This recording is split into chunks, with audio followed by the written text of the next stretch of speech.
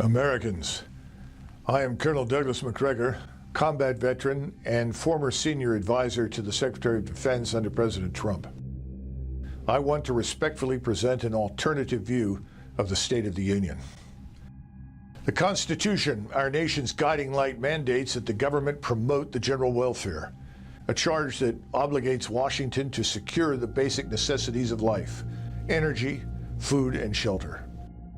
Regrettably, the current administration is failing to perform these tasks.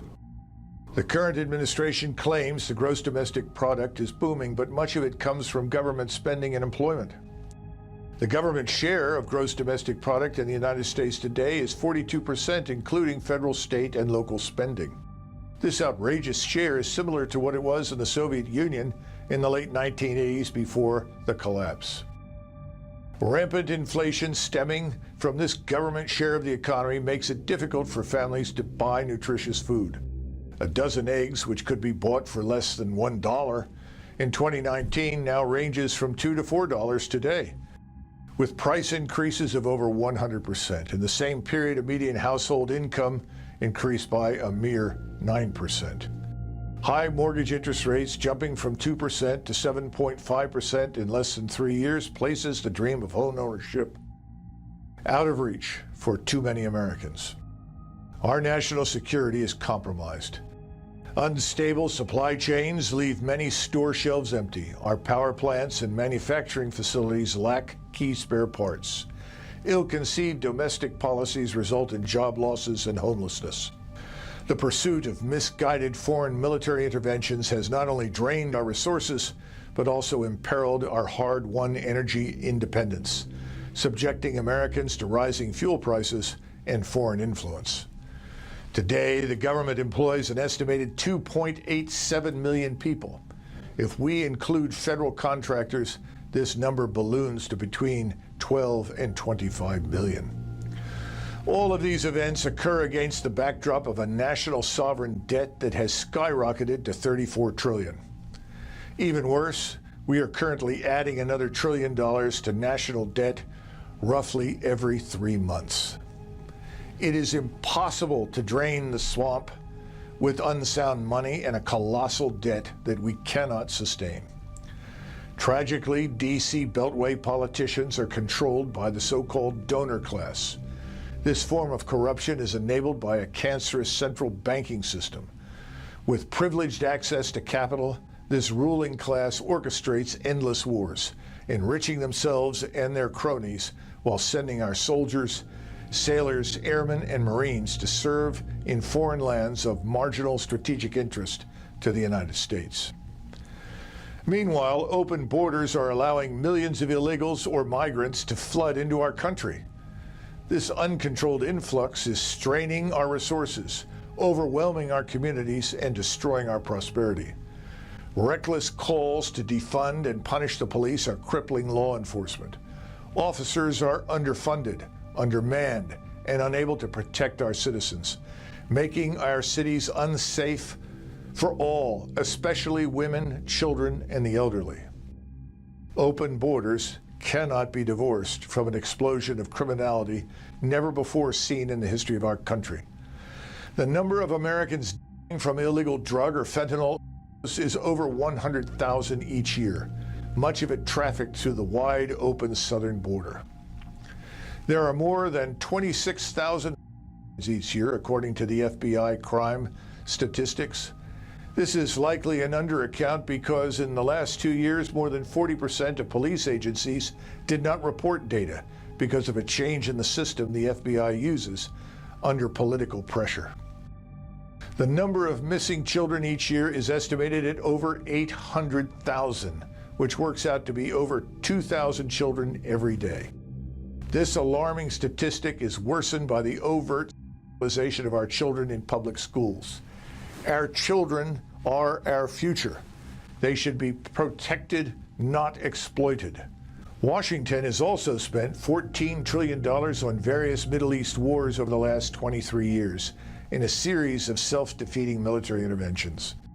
More recently, Washington spent hundreds of billions of dollars on an unnecessary war with Russia, with little to show for it except higher prices for millions of Americans at the supermarket and the gas pump.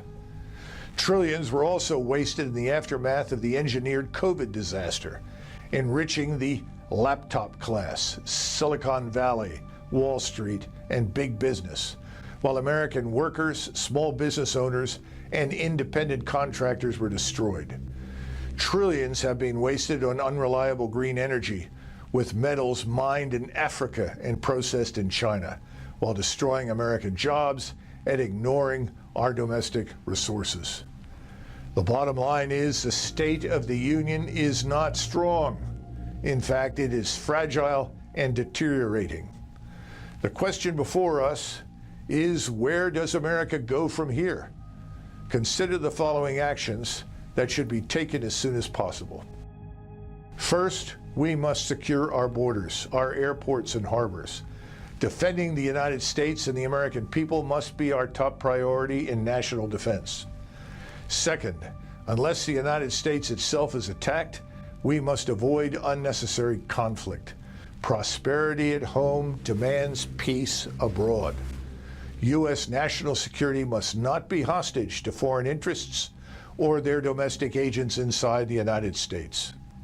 Third, we must restore the rule of law inside our country. We must remove activist judges who fail to uphold the Constitution and who release violent criminals and illegals into our country. It is time to revisit the practice of judicial appointments for life. Fourth, an effective American military establishment demands merit-based selection and promotion. Fundamental reform to reduce overhead and maximize fighting power is vital. Today, we have 43 4-stars for 1.1 million soldiers, sailors, airmen, and Marines. In 1943, when 12 million men were serving, we had only 7 4-stars. However, strengthening our nation's security and restoring the rule of law are only part of the equation. We must also focus on revitalizing our economy and harnessing American innovation to secure our prosperity for generations to come. We must restore energy independence to America as soon as possible, with a mix of resources including natural gas, nuclear, solar, and wind. We must reinvigorate American agriculture and incentivize family farmers and producers. We must outlaw foreigners and vulture capitalists from buying American farmland, securing access to food and our national independence.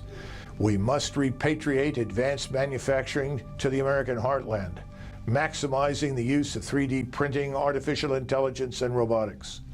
To staff these jobs for the future, we must make public education a path to employment. American companies and individuals must be given one-time tax exemptions to bring trillions of dollars back to the United States. We must act swiftly to pare down the staffing of federal government agencies. Elon Musk eliminated 70% of woke staff at X, formerly Twitter, with no loss of site performance. We can do the same with our bloated bureaucracy. We must audit the Federal Reserve. They have failed in their mandate to maximize employment and maintain price stability. Lastly, cutting spending will not arrest the destructive impact of the national sovereign debt. We must restructure the debt to regain productivity and financial stability. Ultimately, we must reclaim our birthright as a free and sovereign people. We must restore the American dream for generations to come. We must renew our faith in our country. It is time for a course correction, ladies and gentlemen, a return to principles that have guided our nation through its darkest hours. We must recommit ourselves to the ideals of representative government, where the elected officials are truly accountable to the people they serve.